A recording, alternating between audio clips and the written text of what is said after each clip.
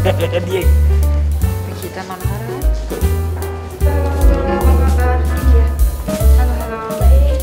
Oke, so aku duduk di mana?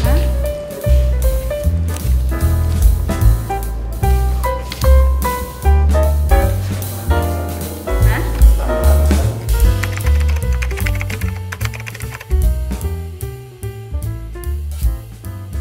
Kalau kita melihat sejarah atau rekaman kerjasama bilateral kita dengan ketiga negara tersebut, maka kita bisa lihat bahwa ketiga negara tersebut adalah negara yang memiliki hubungan yang dekat dengan Indonesia. Dari sisi perdagangan dan investasi cukup signifikan angkanya, sehingga kunjungan Presiden ini juga akan digunakan untuk memperkuat kerjasama bilateral, terutama adalah di bidang ekonomi, bidang perdagangan dan di bidang investasi. Nah, di dalam pertemuan-pertemuan bilateral seperti itu tentunya tidak mungkin atau biasanya para pemimpin selain membahas upaya penguatan kerjasama bilateral juga membahas berbagai isu kawasan dan juga isu dunia. Sebagaimana teman-teman tahu kan, kita sekarang sedang memegang presidensi G20. Saya baru saja menyelesaikan pertemuan para menteri luar negeri G20. Kemudian Bu Ani baru selesai pertemuan para menteri keuangan G20 baru minggu lalu. Pagi ini saya sudah duduk bersama dengan menteri keuangan, kita compare notes. Terus kemudian dari dua pertemuan yang kita nilai sangat baik ini merupakan sebuah bangunan atau building block yang kita bangun kokoh untuk menuju ke persiapan KTT. Dan balik lagi kepada kunjungan ketiga negara tersebut juga, kalau kita lihat dari dalam konteks ASEAN-nya, ketiga negara tersebut juga merupakan mitra yang penting bagi ASEAN, dan Indonesia akan menjadi ketua ASEAN untuk tahun 2023.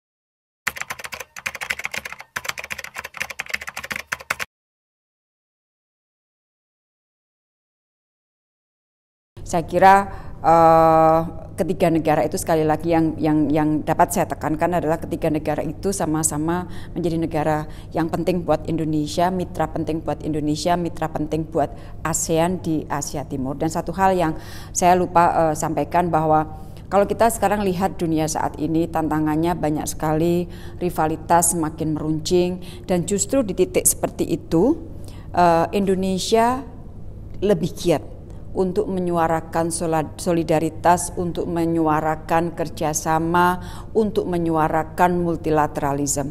Dan sekali lagi itu yang ingin ditekankan Indonesia, bahwa di dalam situasi dunia seperti saat ini justru kita harus berupaya lebih keras untuk terus menebarkan spirit perdamaian, spirit kerjasama, spirit solidaritas dan juga multilateralism.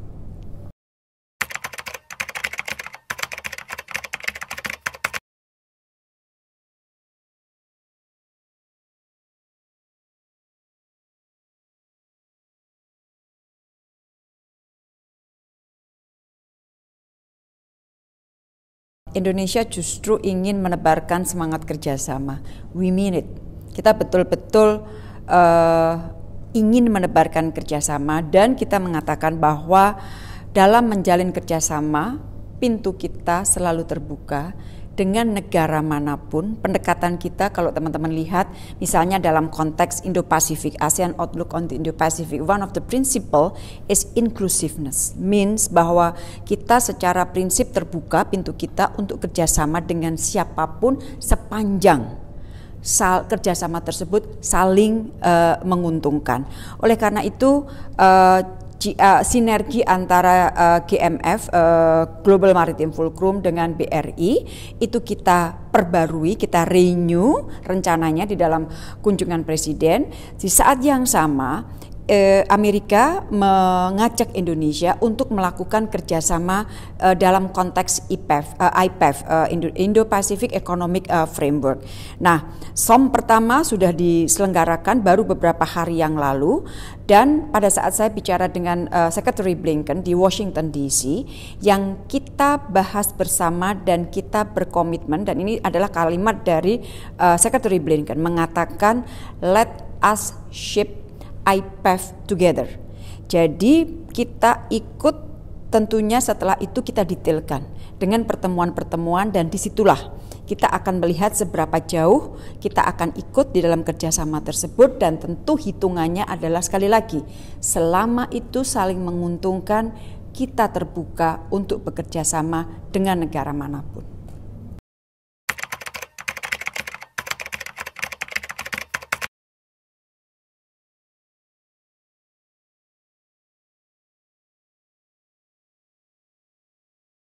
Jadi pendekatan kita begini, multilateralism itu adalah rumah besar, ya, karena di dalam multilateralism itu semua negara bisa duduk bersama setara.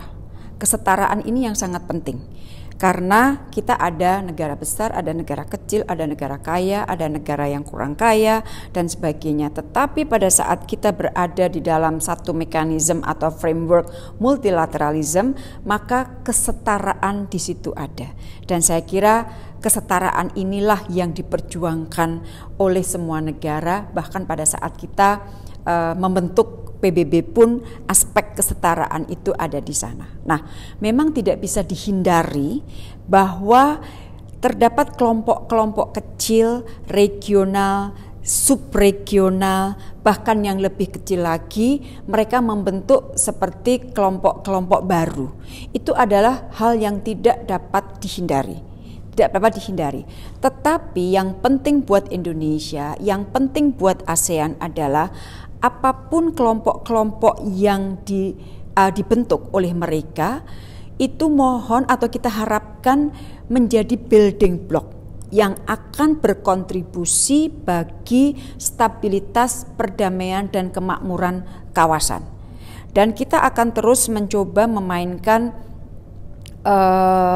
kontribusi kita, kontribusi ASEAN, karena begini, ASEAN tidak terlepas dari tantangan yang harus dihadapi, ya. Tadi dibilang mengenai sentralitas ASEAN, kita terus coba untuk untuk kita maintain. Jadi ASEAN dalam 50 tahun lebih ke belakang, ASEAN terbukti merupakan lokomotif bagi stabilitas dan perdamaian, bahkan kemakmuran di kawasan. Nah, ini ke depan kita ingin ASEAN ini tetap relevan. ASEAN ini tetap matters. Tidak saja bagi penduduknya, bagi rakyat ASEAN, tetapi juga untuk dunia. Nah, inilah kira-kira yang kita pikirkan ke depan pada saat Indonesia menjadi ketua G20, untuk tetap menjadikan ASEAN relevan dan matters tidak saja bagi penduduknya tetapi juga bagi dunia.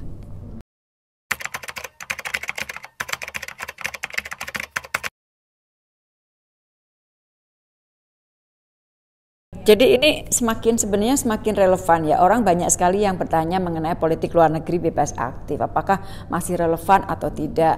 Saya selalu sampaikan bahwa justru di tengah pembelahan yang semakin tajam dan semakin lebar, politik luar negeri bebas aktif adalah menjadi lebih relevan. Karena apa? Kata bebas itu artinya adalah kita bebas bermanuver, melakukan gerakan, mengambil kebijakan-kebijakan, bebas, tidak diikat oleh salah satu pihak, karena kalau sudah terikat salah satu pihak berarti kehilangan kesempatan untuk bekerja sama dengan yang lain. Itu yang kita tidak inginkan. Jadi kita bebas bergerak, bebas mengambil kebijakan, dan satu-satunya yang menjadi kiblat bagi pelaksanaan politik luar negeri kita itu adalah kepentingan bangsa dan negara, kepentingan rakyat Indonesia. Sementara aktif, jangan lupa, kadang-kadang politik luar negeri bebas aktif dinilai oh ini netral, oh ini pasif. Justru di situ ada kata aktif. Aktif berarti kita harus aktif berkontribusi bagi perdamaian, stabilitas, dan kemakmuran. Dan ini kelihatan sekali pada saat kita bicara mengenai masalah Afghanistan. Indonesia memiliki tempat yang sangat menonjol pada saat kita bicara mengenai Afghanistan. Sekarang bahkan Afghanistan di bawah Taliban, kita terus bicara secara konsisten dan dapat diterima oleh mereka, oleh masyarakat, oleh siapapun yang ada di sana, pada saat Indonesia bicara sampai kepada isu yang sensitif pun, misalnya mengenai masalah pemberdayaan perempuan, pendidikan untuk perempuan, dan lain-lain. Jadi dengan politik bebas aktif ini kita bisa diterima, kita dihormati, dan kita sebenarnya kalau dilihat, kalau negara dihormati karena dia kaya, dia memiliki sistem persenjataan yang sangat kuat, itu ya biasa karena dia kaya, tentu orang hormat. Tetapi justru Indonesia mendapat kepercayaan dihormati oleh bangsa lain karena kita melakukan politik bebas aktif dan kita selalu mencoba untuk menjadi bagian dari solusi berbagai permasalahan yang sedang dihadapi dunia.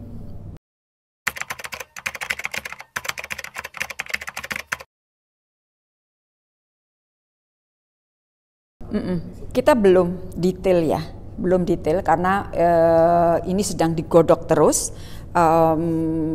Tanggal 2 sampai tanggal 6 nanti akan ada pertemuan para menteri luar negeri AMM dan PMC.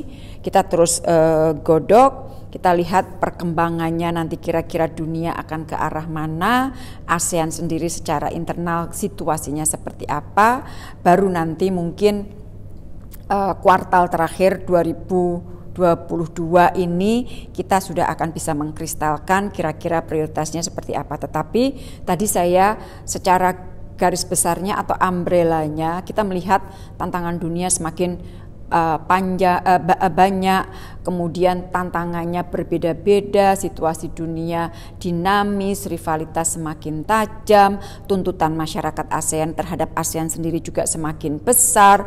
Oleh karena itu, kita harus berani untuk melihat apa yang harus kita perbaiki dari ASEAN untuk menjadikan ASEAN ini tetap relevan dan matters.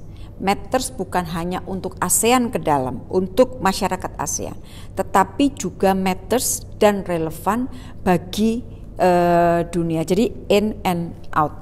Jadi kira-kira itu yang baru dapat yang saya sampaikan.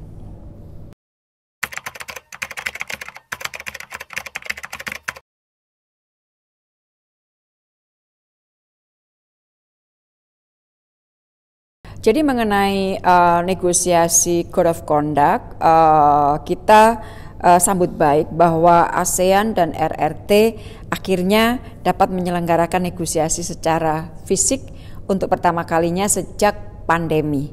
Jadi udah berapa tahun kita lakukan tidak secara fisik, ini sudah kita lakukan secara fisik pada bulan Juni tahun ini. Nah, sekarang negosiasi sedang dalam tahap second reading yang artinya isu-isu yang kontensius sudah mulai kita bahas. Nah, posisi Indonesia tetap konsisten bahwa penyelesaian Code of Conduct harus mengutamakan efektivitas dan kualitas dari substansi yang akan dihasilkan nantinya. Dan kita juga sangat konsisten bahwa negosiasi dan hasil yang kita harapkan dari Code of Conduct tersebut harus sesuai dengan hukum internasional, khususnya adalah UNCLOS 1982. Itu kalau terkait dengan COC. Tadi ditanya mengenai masalah Myanmar. Myanmar buat kita yang paling menjadi prioritas saat ini adalah bagaimana atau sejauh mana implementasi dari 5 Point Consensus ini dapat dijalankan oleh Myanmar. Dalam hal ini khususnya adalah oleh junta militer.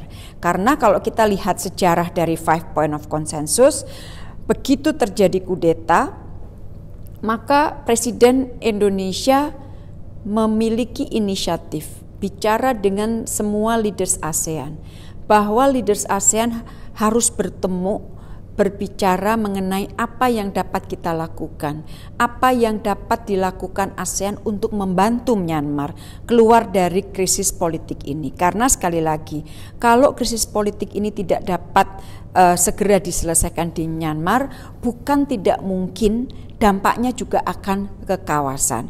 Oleh karena itu 24 April 2021 di Jakarta bertemu termasuk yang diundang adalah Senior General Min Aung Hlaing.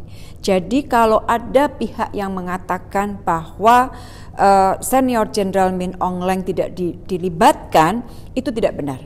Beliau hadir di Jakarta, ikut pertemuan, the whole session beliau ada di sana, dan pertemuan itu menghasilkan 5 point of consensus.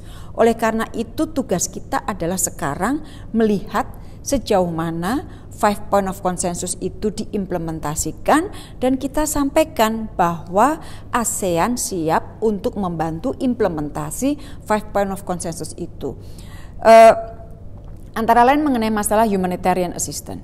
Kita sudah memberikan bantuan-bantuan termasuk bantuan vaksin kepada rakyat Myanmar. Selain itu yang paling penting, implementasi yang paling kita tunggu dari 5 point of consensus itu adalah dialog nasional yang melibatkan semua stakeholders. Semua stakeholder, saya ingin ulangi, sehingga dari dialog nasional inilah mereka akan menentukan arah kemana Myanmar akan dibawa. Jadi sekali lagi, dialog nasional yang sifatnya inklusif melibatkan semua stakeholders ini akan menjadi kunci. Dan kalau ada pihak yang mengatakan bahwa mungkin ASEAN melakukan campur tangan, kita tidak melakukan campur tangan. Ingat prinsip ASEAN non-interference. Oleh karena itu, biarlah dialog nasional itu dilakukan oleh semua stakeholders. ASEAN paling special envoy-nya memberikan fasilitasi, tetapi tidak menentukan arahnya kemana. Biarlah rakyat Myanmar yang menentukan masa depan mereka sendiri.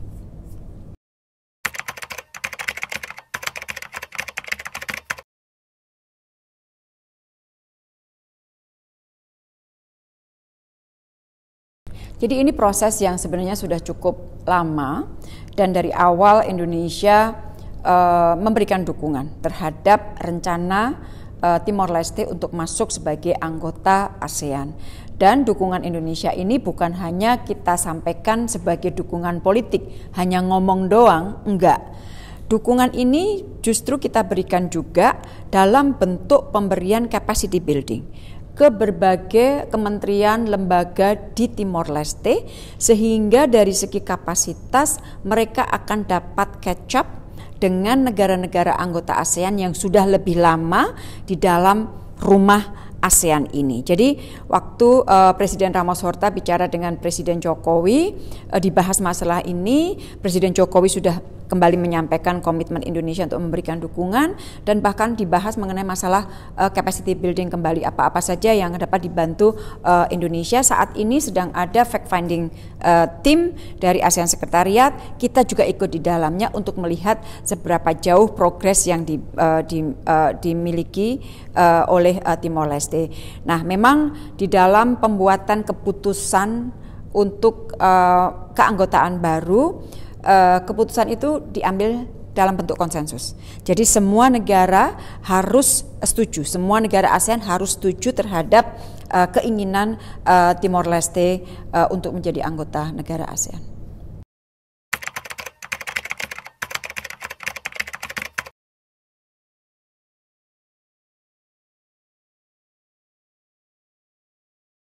Sekretariat ASEAN, di bawah Sekretariat ASEAN, dan juga biasanya anggotanya adalah negara-negara anggotanya itu melakukan komunikasi dengan Timor Leste mengenai pilar-pilar. Ada 3 pilar kan di ASEAN, pilar politik, pilar ekonomi, pilar sosial budaya, untuk melihat seberapa jauh ada gap antara calon anggota dengan yang sudah ada. Kan ini sama saja misalnya seperti Uni Eropa. Ada negara yang ingin menjadi negara Uni Eropa, kan tidak bisa saja hari ini dia mendaftarkan, besok dia kemudian menjadi anggota.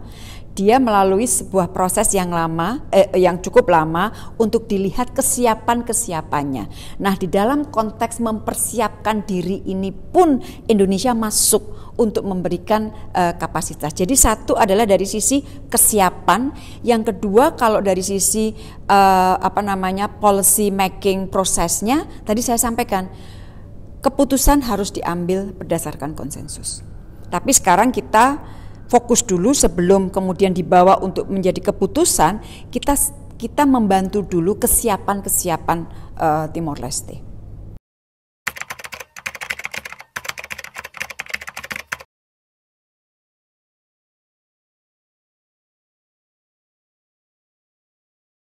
Pertemuan para Menteri Luar Negeri G20 kemarin dapat saya katakan berlangsung dengan baik ya, dalam artian ini adalah pertama kalinya para Menteri Luar Negeri G20 mau duduk di satu ruangan, datang semua secara fisik dan mendebatkan isu yang sensitif. Kita tahu posisi mereka berbeda, terutama adalah posisi negara-negara G7+ dengan Rusia tentunya sangat berbeda, dan di dalam forum-forum internasional bahkan di PBB pun selama ini memang perbedaan selalu ada, tetapi perbedaan itu diperdebatkan di dalam satu pertemuan. Nah, kemarin Indonesia berhasil mempertemukan semua pihak, duduk dalam satu ruangan, mendebatkan isu dengan segala variasinya. Kenapa mereka mau datang secara fisik di tengah tantangan domestik mereka juga tidak kurang-kurang? Mereka mau duduk satu ruangan karena kita mencoba dan kita sampaikan kepada mereka di dalam komunikasi dengan semua negara anggota G7 bahwa kita akan berusaha untuk menciptakan situasi yang nyaman buat mereka. Karena apa? Situasi nyaman itu harus ada sebelum mereka mau bicara. Dan kita bisa menghadirkan situasi nyaman tersebut. Ini merupakan trust yang sangat mahal harganya, yang diberikan oleh semua negara anggota G20 kepada Indonesia sebagai presidensi. Oleh karena itu, saya selalu sampaikan bahwa dukungan negara anggota G20 terhadap presidensi Indonesia sangat kuat sampai saat ini, dan ini tadi diwujudkan antara lain dari 2 pertemuan berturut-turut Menteri Luar Negeri dan Menteri Keuangan. Nah, secara tradisi G20 ini kan sebenarnya dipicu dari awalnya itu kan oleh masalah keuangan. Sehingga di dalam G20 itu ada track keuangan, ada track Sherpa. Track Sherpa itu bermacam-macam dan diantaranya adalah ada pertemuan para Menteri Luar Negeri. Secara tradisi memang pertemuan Menteri Luar Negeri tidak menghasilkan deklarasi. Biasanya dalam bentuk chair summary. Dan kemarin kita juga mengeluarkan dan saya membacakan di depan semua anggota, semua delegasi, semua peserta mengenai hal-hal yang dapat saya ringkaskan dari pertemuan tersebut, dan tidak ada satupun delegasi yang men-challenge pada saat saya membacakan summary dari chair. Dari situlah kemudian saya sampaikan kepada media setelah penutupan pertemuan para Menteri Luar Negeri G20. Jadi sekali lagi bahwasanya mereka hadir secara fisik duduk dalam satu ruangan sudah merupakan satu capaian. Kemudian mereka mendebatkan isu yang memang pandangannya berbeda, itu sangat lumrah, dan pada saat saya membacakan chair summary tidak ada yang mendebatkan, dan disitulah kita juga melihat bahwa dengan berbagai variasinya keinginan untuk menyuburkan multilateralisme itu dimiliki oleh semua negara. Dan itulah sebenarnya bekal kita ke depan untuk terus membawa multilateralisme dan membawa penyelesaian masalah berdasarkan prinsip-prinsip multilateralisme.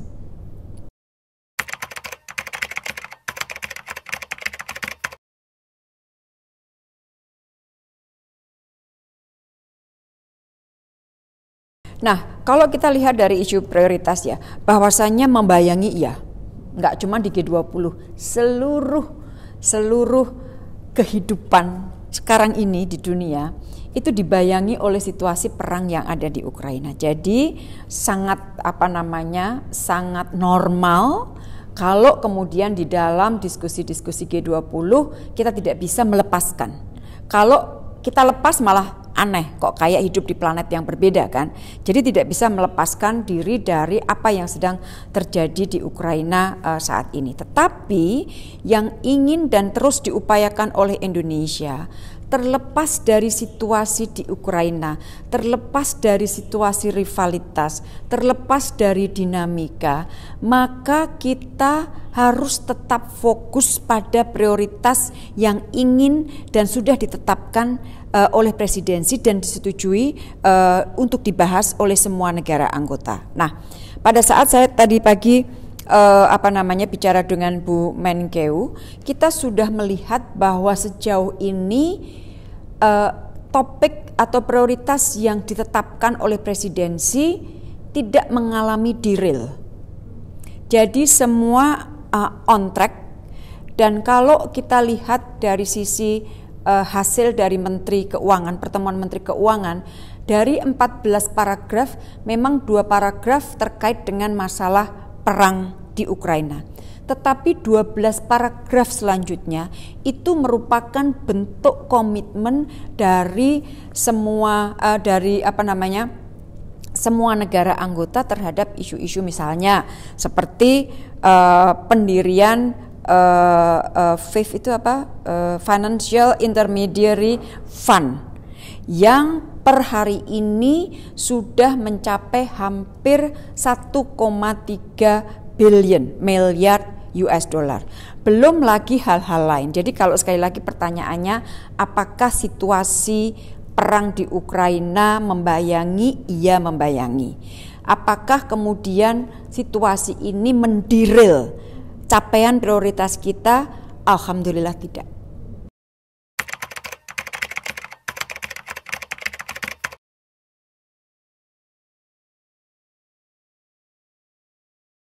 Kalau kita bicara mengenai masalah siswa, jadi saya ingin tariknya pada saat Presiden melakukan kunjungan ke Kiev dan juga ke Moskow.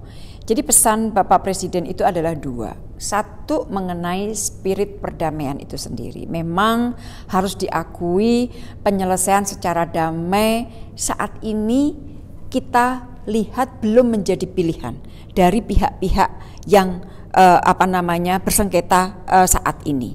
Tetapi Presiden mengatakan, oke, saya tahu situasinya mungkin belum sampai ke situ, tetapi tugas saya adalah terus untuk menyuarakan prinsip atau penyelesaian secara damai. Itu adalah amanah undang-undang kita yang selalu terus kita bawakan di dalam politik luar negeri kita. Itu satu. Yang kedua, selain pesan perdamaian itu sendiri, Presiden juga berbicara mengenai upaya mendorong reintegrasi hasil atau ekspor grain, biji-bijian dari Ukraina, dan ekspor gandum dan pupuk dari Rusia direintegrasi di dalam global supply chain. Karena kalau kita kombinasikan share-nya terhadap produk gandum dunia misalnya itu 30%. Mais, jagung misalnya 20%. Belum lagi minyak bunga matahari. Nah, tanpa reintegrasi supply chain global akan terganggu. Maka tidak ada cara lain untuk mereintegrasi. Nah, khusus yang grain dari Ukraina keluar. Di sini ada isu terkait dengan masalah keamanan. Ya kan, supaya menjamin agar grain itu bisa keluar dari Ukraina. Nah, di situ Bapak Presiden juga bicara, di situ Sekjen PBB juga berusaha untuk membantu. Jadi kita ke sana sebenarnya tidak reinvent the wheel. Bahwasanya Presiden adalah pemimpin negara berkembang, pemimpin Asia pertama yang dapat diterima dengan baik oleh kedua belah pihak, itu merupakan sesuatu yang sudah luar biasa. Tetapi kita sampaikan kedatangan kita untuk 2 hal itu, dan kedatangan kita untuk mengatakan bahwa kita mendukung upaya-upaya yang saat ini masih juga dilakukan, yang dilakukan oleh Sekjen PBB, terutama untuk mereintegrasikan biji-bijian dan gandum dari Ukraina dan Rusia tadi. Nah, salah satu yang dibahas Presiden adalah menjajaki kemungkinan adanya partial ceasefire dan sebagainya, tetapi situasinya terus terang masih sangat sulit. Sekarang kita yang paling penting adalah bagaimana harga gandum bisa turun, harga pupuk bisa turun, harga energi bisa turun, karena kalau tidak maka kita semuanya akan terkena dampaknya. Dan setiap terjadi kejadian seperti itu, yang paling terkena dampaknya lagi-lagi adalah negara berkembang, negara dengan penghasilan rendah. Dan sebagai ekonomi besar mewakili suara negara berkembang, maka Bapak Presiden mengambil inisiatif. Saya akan bawakan suara negara berkembang itu kepada dunia.